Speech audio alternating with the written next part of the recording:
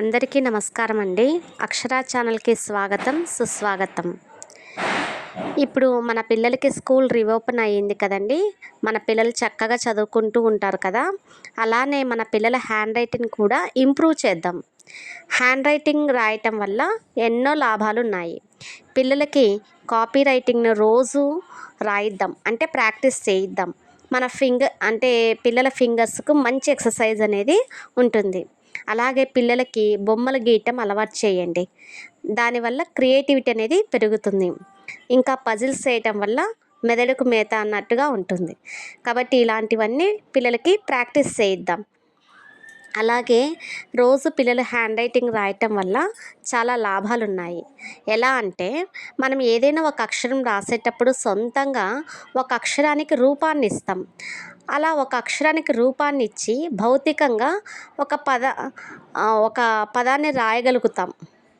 ఇలా అక్షరాలను రాసి చేతితో అనుభవిస్తాం. ఇది మెదడులోని వివిధ భాగాలను అనుసంధానిస్తుంది. ఇలా మనం పదాన్ని పలుకుతూ రాస్తే, అంటే ఇలా పలకటం, రాయటం మధ్య ఒక చర్య అనేది జరుగుతుంది. ఇలా జ్ఞాపక శక్తి బలపరుస్తుందన్నమాట. అంటే మనం పదాన్ని బాగా గుర్తుపెట్టుకుంటాం. అందుకే మన పెద్దవాళ్ళు 10 సార్లు చెప్పే కంటే ఒక్కసారి రాసి చూపించడం అనే మాట చెబుతూ ఉంటారు కదా. ఇలా మనం రాయటం వల్ల మన చేతితో నోట్స్ రాసేటప్పుడు మోటార్, విజువల్, సెన్సరీ, మెమరీ అనే భాగాలు బాగా చురుగ్గా పనిచేస్తాయి. అలా మెదడులోని వివిధ భాగాలు కూడా బాగా చురుగ్గా పనిచేసి అక్షరాలను మనం గుర్తించడం, తర్వాత చాలా చక్కగా గుర్తుపెట్టుకొని వల్లవేయడం, ఇవన్నీ జరుగుతాయన్నమాట.